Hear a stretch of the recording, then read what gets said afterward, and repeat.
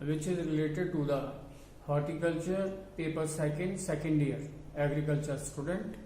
So today topic is cultivation for mango crop.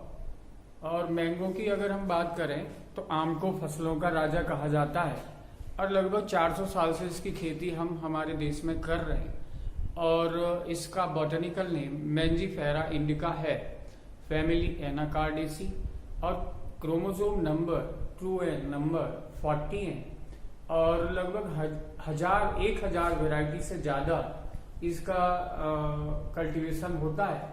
लेकिन कुछ commercial जो कॉमन वैरायटीज है, दशहरी, लंगड़ा, चौसा, बॉम्बे ग्रीन, अल्फांसो, इनका जो प्रोडक्शन है, एरिया है, वो ज्यादा है। ये क्रॉस पॉलिनेटेड क्रॉप है और इसको हम जो इसकी लीव्स हैं उसको रिलीजियस इंपॉर्टेंस उनका है। तो दूसरा जो इसकी जो मेजर ग्रोइंग स्टेट्स हैं वो आंध्र प्रदेश, उत्तर प्रदेश, महाराष्ट्र, बिहार, गुजरात, ये मेजर ग्रोइंग स्टेट्स हैं और हमारे देश में 56% कंट्रीब्यूशन पूरे वर्ल्ड में है। पूरे वर्ल्ड में जितना आम का प्रोडक्शन है उसका 56% इंडिया का कंट्रीब्यूशन है। और बात करेंगे इसके क्रॉप के ऊपर। आज का जो टॉपिक है production technology for cultivation of mango, HORT222 production technology for fruit and plantation crops. Paper second year agriculture के सेकेंड ईयर के बच्चों का पेपर सेकेंड और उसका टॉपिक है production technology for cultivation of mango. तो अगर हम मैंगो की बात करें तो मैंगो का botanical name Mangifera indica, family Anacardiaceae, chromosome number 40 और mango is known as king of fruit. Mango को फलों का राजा भी कहा जाता है। नेटिव की बात करें तो south Asia, particularly Burma and eastern India. More than 1000 variety exists today. Mango grown in India over 400 years and grown all the states. India's about 56% shares of the total production in the world. Andhra Pradesh tops in total production, whereas Uttar Pradesh area wise. अगर हम बात करें आम की तो आम का botanical name Mangifera indica, family Anacardiaceae, chromosome number 40। Mango को फलों का राजा कहा जाता है। नेटिव उत्पत्ति स्थान अगर हम देखें तो दक्षिण एशिया में बर्मा और पूर्वी भारत। 1000 से ज्यादा वैरायटियां इसकी हम कल्टीवेट कर रहे हैं। मैंगो का जो इतिहास है वो लगभग 400 साल पुराना है देश में और लगभग भारत के सारे स्टेट्स में, सारे प्रदेशों में इसकी खेती की जाती है। 56% जितना वर्ल्ड में प्रोडक्शन है उसका कंट्रीब्यूशन भारत का 56% है। अगर हम प्रोडक्शन की बात करें तो आंध्र प्रदेश टॉप पे है और अगर एरिया वाइज हम देखें तो Uttar Pradesh area wise top पर है। Andhra Pradesh, Uttar Pradesh, Bihar, Karnataka, Maharashtra, West Bengal, Gujarat contribute 82% total production और इन इंडिया। ये जितने स्टेट्स हैं इनका 82% कंट्रीब्यूशन है इंडिया के टोटल प्रोडक्शन में। अब अगर हम क्लाइमेट एंड सॉइल की बात करें तो mango is a tropical fruit. हाँ, एक बात मैं आपको जरूर बता दूं कि mango is a tropical fruit और फ्रूट को क्लाइमेट के आधार पे हम फ्रूट क्रॉप्स को 3 कैटेगरी में डिवाइड करते हैं, ट्रॉपिकल, सब ट्रॉपिकल एंड टेम्परेट। तो ट्रॉपिकल जो समुद्र के किनारे वाले एरिया है, सब ट्रॉपिकल जो प्लेन्स है और टेम्परेट में हिली एरियाज। तो mango is a tropical fruit. तो इसका मतलब ये जो है समुद्र के किनारे होने वाला प्लांट है, लेकिन इसकी जो खेती है, इसका जो कल्टीवेशन है या इसका जो प्रोडक्शन है, हम समुद्री तल से 1100 मीटर समुद्री तल से ऊंचाई पर भी इसका कल्टीवेशन ले सकते हैं। इसका मतलब हम प्लेन्स में भी इसका कल्टीवेशन ले सकते हैं। mango is a tropical fruit, but it can be grown up to 1,100 meter above mean sea level. There should not be high humidity, rain or frost during flowering. जहां पर हाई ह्यूमिडिटी ना हो, rainfall और Frost की समस्या flowering के time ना हो। टेम्परेचर की अगर हम बात करें तो इसके लिए 24 डिग्री सेंटीग्रेड से लेकर 24 and 27 is ideal for cultivation. Rainfall between 25 and 250 centimetre. अगर हम टेम्परेचर की बात करें तो इसके लिए 24 और 27 आइडियल टेम्परेचर है, और रेनफॉल की बात करें तो 25 और 250 जो सेंटीमीटर है वो इसके लिए सूटेबल है। अगर हम सॉइल की बात करें, it grows well soil with slightly acidic pH. हल्के से अम्लीय में पीएच में भी इसकी हम कल्टीवेशन कर सकते हैं। Does not perform well in soils having pH 7.5। इसका जो परफॉर्मेंस है वो बहुत अच्छा नहीं है अगर पीएच 7.5 है तो। Soil having good drainage are ideal. पानी की उचित जल निकासी भूमि में बहुत ही आवश्यक है, और कोई भी क्रॉप लेने के लिए प्रॉपर ड्रेनेज होना ही चाहिए। पानी का जो जमाव है, ठहराव है, स्टेग्नेशन ऑफ वाटर है, वो क्रॉप के लिए हार्मफुल है, कोई भी क्रॉप हो, पैडी और शुगर केन को छोड़ के। Varieties in India, mango is available from March to mid August. जो आम की उपलब्धता है मार्केट में वो मार्च से लेके और मिड अगस्त तक, 15 अगस्त तक रहती है। The North Indian cultivars are alternate bearer. जो उत्तर भारत की वेराइटीज हैं, कल्टीवार्स हैं, उनमें एक समस्या है अल्टरनेट बियरिंग की। Where as South Indian regular bearers, जबकि दक्षिण भारत की जो वेराइटीज हैं वो रेगुलर बियरर हैं। अल्टरनेट बियरर का मतलब है एक साल ऑन सीजन, एक साल ऑफ सीजन। और ऑन सीजन का मतलब है जिस साल आपको फसल आती है वो ऑन सीजन, जिस साल आपको फसल नहीं आती वो ऑफ सीजन। और मैंगो में जो उत्तर भारत की वेराइटीज हैं उनमें अल्टरनेट बियरिंग की एक प्रॉब्लम है। उत्तर भारत में एक साल फल मिलता है, एक साल बहुत कम मिलता है या नहीं मिलता। कॉमर्शियली ग्रोन वेराइटीज, जो हम कॉमर्शियली वेराइटी लगाते हैं, उनका उत्पादन करते हैं, अल्फांजो, बैगनापल्ली, बॉम्बे ग्रीन, चौसा, फजली, किशनभोग, लंगड़ा, नीलम, तोतापरी एक्सेट्रा। ये जितनी वेराइटीज हैं इनका जो प्रोडक्शन है वो हम कॉमर्शियली करते हैं। और अल्फांजो तो एक एक्सपोर्ट क्वालिटी वेराइटी है जिसका हम एक्सपोर्ट फॉरेन में करते हैं। प्रोपोगेशन की अगर हम बात करें, पौध प्रवर्धन की, तो मैंगो के केस में हम इनार्चिंग या ग्राफ्टिंग बाय अप्रोच, है ना, बीनियर ग्राफ्टिंग और एपिकोटाइल और स्टोन ग्राफ्टिंग को हम कॉमर्शियली मैंगो प्लांट को प्रोपोगेट करते हैं। प्लांटिंग की अगर हम बात करें तो मैंगो को स्क्वायर, रेक्टेंगुलर और हेक्सागोनल सिस्टम में हम प्लांटिंग करते हैं।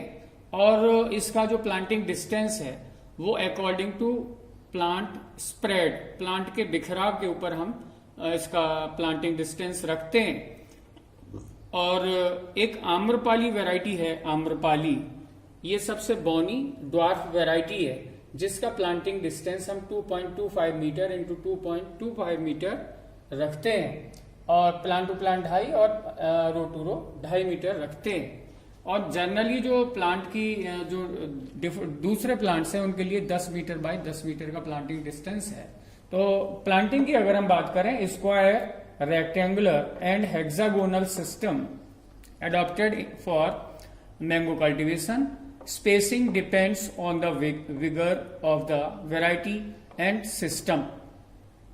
Pit 1 meter into 1 meter into 1 meter size are dug and exposed to sun for about 30 days.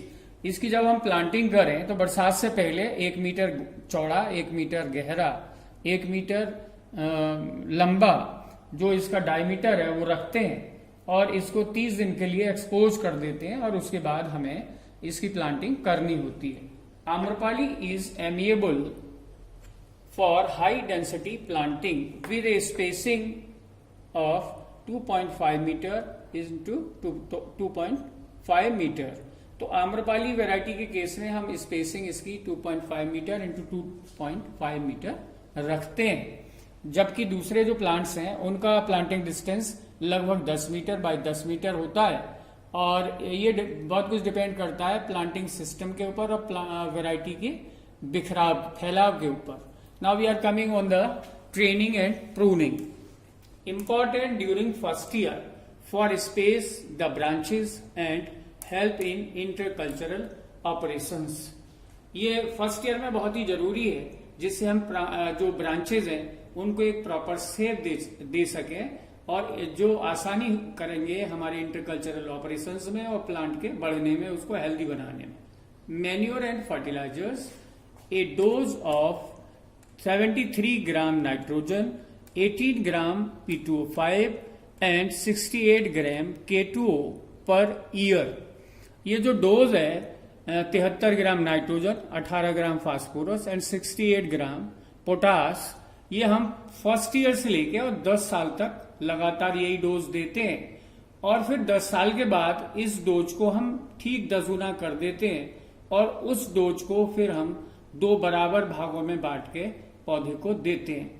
तो ये जैसा आपने सुना, ये dose of 73 gram nitrogen, 18 gram P2O5 and 68 gram K2O per year of age of first to 10 years and thereafter a dose of 73 gram nitrogen, बिल्कुल 10 time more, 180 gram P2O5, 10 time more again and 680 gram K2O applied in 2 split doses। साल में ये इतनी dose 11वें साल से आपको पौधों को देनी है जो बराबर 2 भागों में बांटकर देनी है और आपको जून और जुलाई में पहली डोज और सेकेंड डोज अक्टूबर में देनी है। Spray of zinc sulphate 0.3% during February, March and May. Micronutrient की सप्लाई देने के लिए हम जिंक सल्फेट को 0.3% का फरवरी, मार्च और मई में स्प्रे कर सकते हैं। Spray borax 0.5% after fruit set twice at monthly interval. महीने में 2 बार बोरेक्स 0.5% का हम स्प्रे करते हैं जब फ्रूट सेट हो जाए। अब अगर हम बात करें मैंगो हाइब्रिड्स की, तो मैंगो हाइब्रिड्स में ये सारे हाइब्रिड्स हैं, ये यहां तक हाइब्रिड्स हैं और इनका प्लेस ऑफ रिसर्च और इनके पेरेंटेज। हाइब्रिड की अगर हम बात करें तो मल्लिका को IARI पे इसको इनोवेट किया गया, इसकी डेवलपमेंट की गई और इसके पेरेंटेज हैं नीलम और दशहरी। आम्रपाली भी IARI से हमको डेवलप की गई और इसके मल्लिका के जो पेरेंट हैं नीलम, दशहरी, उसी के अपोजिट दशहरी और नीलम आम्रपाली के लिए।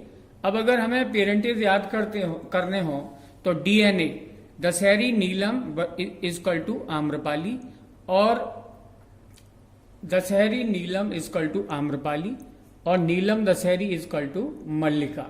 Now we are coming on Ratna fruit research station Vengurla. ये इसके रत्ना के पेरेंटेज हैं Neelam, Alphonso. Next come on Sindhu FRS Vengurla, Ratna and Alphonso. Sindhu का एक जो कैरेक्टर है वैरायटी का, बहुत थिन लेयर होती है, पतली झिल्ली जैसी सीड होती है इसमें और उसको हम सिंधु को सीडलेस वैरायटी भी बोलते हैं। बहुत हल्की सी फिल्म जैसी इसमें स्टोन होती है, बीज होता है, तो इसको सीडलेस वैरायटी भी बोलते हैं। Arka Puneet IIHR Bangalore, Indian institute of horticulture research, Bangalore में इसको डेवलप किया गया और इसके जो पेरेंटेज हैं वो अल्फांजो, बैगनापल्ली। इंटरक्रॉपिंग की अगर हम बात करें तो ये जो है इंटरक्रॉपिंग हम इसमें कर सकते हैं, helps beat growth and reduces nutrient losses. अगर हम इंटरक्रॉप करते हैं तो वीट ग्रोथ को रोक सकते हैं, न्यूट्रिएंट के लॉसेस को कम कर सकते हैं। और अगर इंटरक्रॉपिंग की बात करें तो black gram, wheat and mango. दूसरा एक रोटेशन हो सकता है ब्रिंजल, ऑनियन, मैंगो। अगर ये हम इस तरह का रोटेशन फॉलो करते हैं मैंगो कल्टीवेशन में, इंटरक्रॉपिंग में, तो उनके रिजल्ट बेहतर होंगे, चाहे वो वीट ग्रोथ को रोकना हो चाहे न्यूट्रिएंट लॉसेस का हो। ब्लैक ग्राम, वीट, मैंगो और brinjal, onion, mango. Now we are coming on irrigation.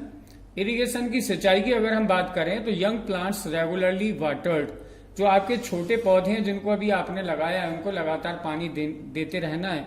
अगर आपने पानी छोड़ दिया तो वो प्लांट सूख जाएगा।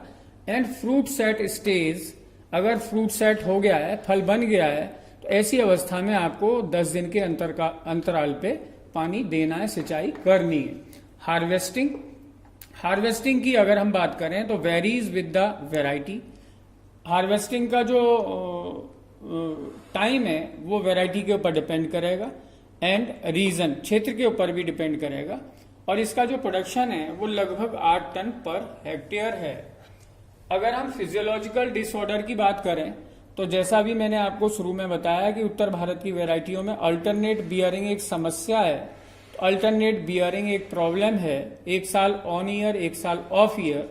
तो इसका अगर हमें ट्रीटमेंट करना है तो पैक्लोब्यूट्राजोल 5 से 10 ग्राम पर ट्री अगर हम देते हैं प्लांट को, तो उससे कुछ हद तक हम अल्टरनेट बियरिंग की प्रॉब्लम को कम कर सकते हैं। Then a black tip due to black tip in mango. Black tip in mango ये आप देखते हैं कि जो ईंट के भट्टे हैं उनसे निकलने वाली कार्बन डाइऑक्साइड और कार्बो मोनोऑक्साइड जो गैसेज हैं उनसे ब्लैक टिप इन मैंगो की प्रॉब्लम आती है। और अगर हमें कंट्रोल करना हो तो borax 0.6% at 10 to 14 days interval. हम अगर ब्लैक टिप को कंट्रोल करना चाहते हैं, पहले तो हम अवॉइड करें हमारे ऑर्चर्ड को ईंट के भट्टों के नजदीक लगाने से। अगर हमारे फिर भी इस तरह की प्रॉब्लम आ रही है हमारे फील्ड में, तो हम कंट्रोल कर सकते हैं बोरेक्स से 0.6%, 10 से 14 या 15 दिन के इंटरवल पे हम दे सकते हैं हमारे प्लांट को। दूसरा है मैंगो मालफॉर्मेशन। मैंगो मालफॉर्मेशन 2 तरह की प्रॉब्लम्स हैं।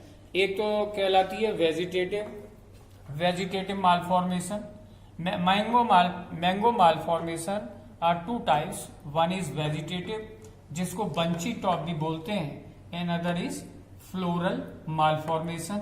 और अगर हमें इसे कंट्रोल करना है तो 200 ppm NaA दे के हम कंट्रोल कर सकते हैं। तो मैं समझता हूं कि मैंगो कल्टीवेशन के लिए जो आज का टॉपिक हमने डिस्कस किया है उसका कंटेंट आपके लिए एनफ है, और ये मैं समझता हूं कि आपके एग्जाम के पॉइंट ऑफ व्यू से बेनिफिशियल होगा। Thank you very much.